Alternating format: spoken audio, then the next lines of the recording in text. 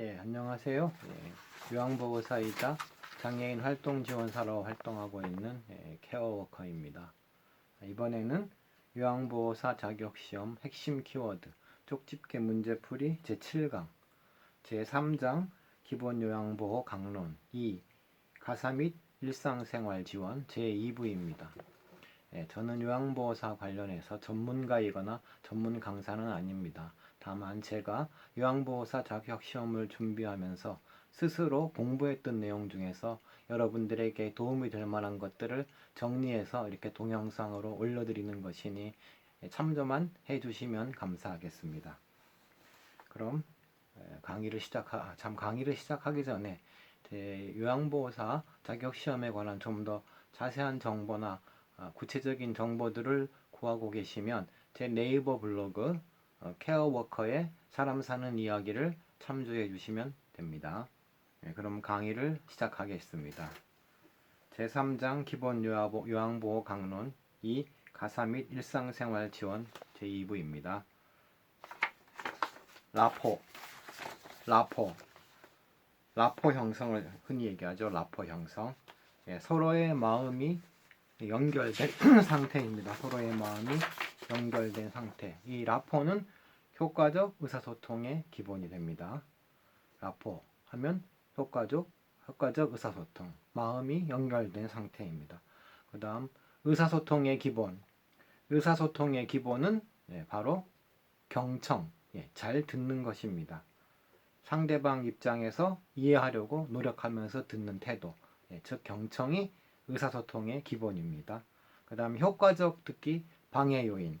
효과적 듣기 방해 요인은 여러 가지가 있는데 첫 번째 대충 짐작하기, 그 다음에 끊임없이 비교하기, 미리 대답을 준비하기, 듣기 싫은 말 거르기, 충분히 듣지 않고 조언하기, 반박 논쟁하기, 그 다음에 내 경험에 맞춰 이야기하기, 그 다음에 슬쩍 넘어가기 등이 있습니다. 이 중에서도 미리 대답을 준비해서 대답하는 것조차도 효과적 듣기의 방해 요인이다. 잘 기억해 두십시오. 언뜻 생각하면 대답을 미리 준비하는 것이 좋은 것 같지만 짜여진 대답이기 때문에 효과적 듣기를 방해하게 됩니다. 다음 공감적 반응. 공감적 반응. 이 공감적 반응은 듣기에서 타인을 배려하는 좋은 의사소통 방법입니다. 상대방의 말에 충분히 귀를 기울이고 그 말을 자신의 말로 요약해서 다시 반복하는 것. 이것을 공감적 반응이라고 합니다. 그 다음에 아이메시지 전달법. 나 전달법은 나를 주어로 해서 내가 원하는 바를 구체적으로 이야기하되 남을 비난하지 않는 것입니다. 나 전달법은 나를 주어로 내가 원하는 바를 비난하지 않고 이야기하는 것을 말합니다. 나 전달법은 자기가 원하는 것을 정확하게 이야기해야 됩니다. 그리고 생각을 정리할 시간과 기회를 제공하는 것. 남과 나에게 생각을 정리할 시간을 제공하는 기회를 주는 것. 무엇일까요?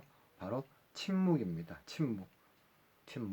다만 이 침묵은 상대방이 이 침묵을 어떻게 받아들이냐가 상당히 중요합니다. 따라서 침묵을 사용할 때는 조심해서 사용해야 합니다.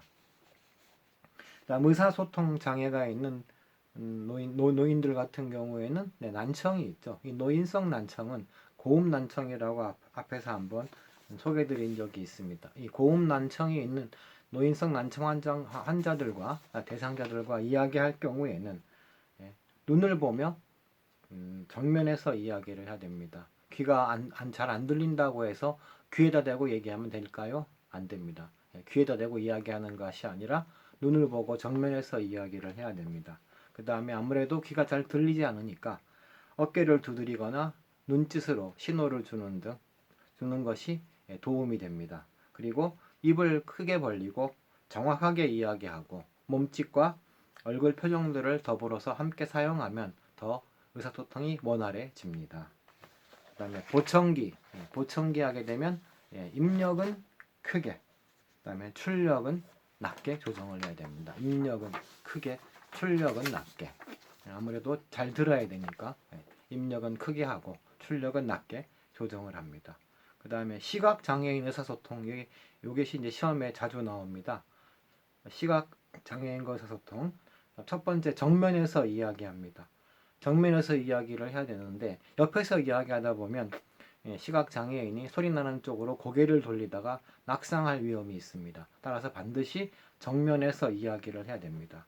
그 다음에 사물의 위치를 시계 방향으로 3시 방향, 12시 방향 이렇게 시계 방향으로 정확히 설명을 해야지 눈이 보이지 않는 사람에게 여기나 저기, 이쪽 저쪽 같은 그런 대명사를 사용하면 안 되겠지요. 그 다음에 대상자를 중심으로 해서 왼쪽과 오른쪽을 설명해 줘야 됩니다. 의왕보호사가 아니라 대상자를 중심으로 해서 오른쪽, 왼쪽 이렇게 구분을 해줘야 되고요. 먼저 말을 건네고 악수를 합니다. 그리고 헤어질 때도 먼저 말을 건네주어야 됩니다. 시각장애인은 눈이 보이지 않으니까 잘 알 수가 없습니다. 그 다음에 이미지가 잘 떠오르지 않는 형태 같은 경우, 예를 들어서 의류 같은 경우는 촉각으로 이해를 도와줄 수 있습니다. 그 다음 언어장애가 있는 사람들, 언어장애 앞에서도 말씀드린 적이 있죠. 판마비에서 언어장애는 좌측뇌, 언어중추가 좌측뇌에 있으니까 좌측뇌의 뇌졸중으로 이상이 온 경우 당연히 오른손 마비가 될 것입니다. 오른쪽 마비. 알아듣기는 하지만 말을 잘 못하는 경우에 해당이 됩니다. 치매와 다른 것이 치매는 말을 아예 잊어버리게 되는 것이지요. 이 언어장애가 있는 사람들도 마찬가지로 얼굴과 눈을 응시하며 천천히 말하는 것이 도움이 됩니다. 그 다음에 예, 아니요 라고 짧게 대답할 수 있게 해야 되고요. 그 다음에 실물이나 그림판, 문자판 같은 것을 함께 사용하면 도움이 됩니다. 그 다음 판단력, 이해력 장애. 판단력, 이해력 장애가 있는 사람과의 의사소통. 어려운 표현을 하지 말고 짧은 문장을 천천히. 판단력, 이해력 장애하면 짧은 문장 천천히 이렇게 기억해 두시면 좋겠습니다. 이게 판단력 장애하고 주의력 장애, 언어 장애가 조금 헷갈리는데요. 판단력, 이해력 장애는 짧은 문장 천천히. 그리고 마찬가지로 실물 그림판, 문자판을 이용하면 도움이 되고요. 불쾌감을 주는 언어라든지 아이를 취급해서 반말해서는 안 될 것입니다. 그 다음에 주의력 장애 증후군, ADHD 증후군이라도 하죠. 주의력 장애 증후군. 이것이 의외로 성인들에게도 약 2에서 4% 정도가 이 병에 걸려 있다고 합니다. 이런 주의력 장애 증후군 대상자에게는 눈을 맞추고 그다음에 명확하고 간단하고 단계적으로 이야기를 해야 됩니다.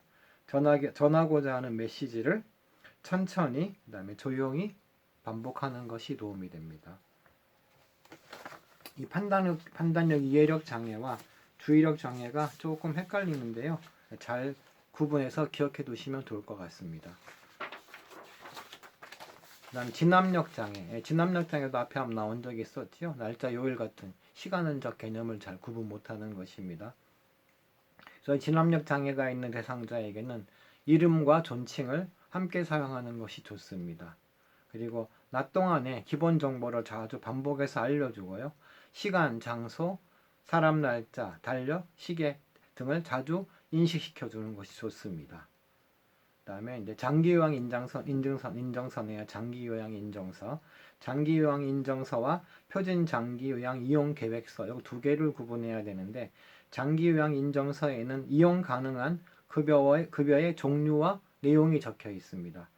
반면에 표준 장기요양 이용 계획서는 이용 가능한 급여의 비용과 횟수가 적혀 있습니다. 따라서 이 둘을 구분할 때는 표준 장기요양 이용 계획서에는 돈과 관련된 내용이 들어있다. 이렇게 기억해 두시면 쉽게 구분할 수 있습니다.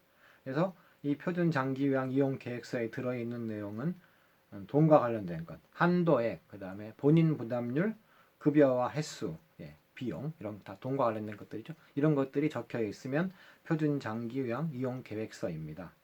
그 다음에 장기요양보호 급여가 제공이 중단이 되는 경우는 장기요양 보험료를 6회 이상 미납했을 경우입니다. 6회 이상 장기요양 보험료를 내지 않게 되면 장기요양 보호 급여 제공이 중단되게 됩니다. 6회 이상 이렇게 기억하시면 되겠죠. 6회 이상 미납이네요. 그다음에 등급 판정에 의의가 있을 때, 등급 판정에 의의가 있을 수 있겠죠. 장기 요양 등급에 이의가 있을 경우에는 통보받을 날부터 90일 이내에 이의 신청을 해야 됩니다. 통보 받은 날로부터 90일 이내 이의 신청, 90일 이내에 이의 신청입니다. 그다음에 장기 요양보험이 장기 요양 갱신을 신청할 경우에는 유효기간 만료 90일 전에서 30일 전까지 전 안에 신청하면 됩니다. 90일부터 30일 전 안에 신청을 해야 됩니다. 그 다음에 노인돌봄 종합서비스, 노인돌봄 종합서비스. 이거는 주야간 보호 서비스라고도 하는데요. 주야간 보호 서비스. 이거는 주민센터에 신청을 하면 됩니다. 주민센터. 주야간 보호 서비스는 주민센터에 신청을 한다. 이렇게 기억해 두시면 좋겠고요. 목욕 서비스는 어디서 해줄까요? 목욕 서비스. 네, 노인복지관이나 사회복지관에서 기능회복, 건강지원, 증진지원 등과 함께 목욕 서비스를 해줍니다. 이동목욕 차 보신 적 있나요? 그 다음에 방문건강관리. 방문건강관리를 해주는 것은 보건소입니다. 보건소에서는 아울러서 치매 조기 검진, 그다음에 건강 증진 프로그램도 함께 제공하고 있습니다. 방문 건강 관리는 보건소입니다. 치매 조기 검진도 보건소. 그다음에 만성 질환자 사례 관리 사업. 만성 질환자 사례 관리 사업은 국민건강보험공단에서 합니다. 국민건강보험공단. 만성 질환자 사례 관리 사업은 국민건강보험공단에서 한다. 이렇게 기억해 두십시오. 그다음에 노인건강사업도 역시 국민건강보험공단에서 실시하고 있습니다. 그 다음에 요양보호사들의 정보를 공유하고 애로사항을 점검하는 것. 이것은 무엇일까요? 요양보호사들의 정보를 공유하고 애로사항을 점검하는 것. 요양보호사들이 모여서 하는 회의겠죠. 간담회입니다. 간담회. 그 다음에 원래 회의라고도 합니다. 간담회 또는 원래 회의. 요양보호사들이 함께 모여서 정보를 공유하고 애로사항을 점검하는 회의를 말합니다. 그 다음에 요양보호 서비스의 표준화에 도움이 되는 것은 요양보호 기록입니다. 요양보호 기록을 제대로 정리하게 되면 요양보호 서비스 표준화에 도움이 됩니다. 그 다음 요양보호 기록의 원칙, 잘 기억해 두십시오. 요양보호 기록의 원칙은 사실을 있는 그대로, 그 다음에 육하원칙에 의거해서 정리를 합니다. 육하원칙, 언제 어디서 누가 무엇을 왜 어떻게죠. 그 다음에 그때그때 신속하게 작성을 해야 됩니다. 그리고 주구장창 늘어놓는 것이 아니라 간단명료하게 명확하게 정리를 해야 됩니다. 간단명료하게. 그리고 반드시 서명을 해야 됩니다. 이 요양보호 기록 6하원칙에 기록 원칙 중에 6하원칙에 의해서 기록한다. 이런 내용이 자주 나옵니다. 다음 방문요양 서비스 제공 시간은 분 단위로 기록을 하게 되어 있습니다. 나중에 실제 일해 보시면 알게 되는데 분 단위로 기록을 하게 되어 있습니다. 그다음에 정서지원 서비스라고 하면 말벗이라든가 격려 및 위로, 그다음에 생활 상담, 의사소통 도움 이런 것들을 정서지원, 대상자에 정서적으로 도움을 주는 서비스를 말하지요. 근데 이런 정서지원 서비스는 단독으로 실시가 안 됩니다. 예를 들어서 하루 종일 내가 정서지원 서비스만 했다. 이렇게 기록하면 안 됩니다. 정서지원 서비스는 60분까지만 인정한다. 60분 넘어서는 것은 정서지원 서비스만 해서는 인정해 주지 않습니다. 다른 서비스와 아울러서 함께 실시해야 합니다. 오늘은 여기까지입니다. 이제 요양보호 시험이 이제 내일 모레로 다가왔네요. 모두들 날도 더운데 마무리 잘 하시고 모두들 꼭 합격하시기를 기원하겠습니다. 감사합니다.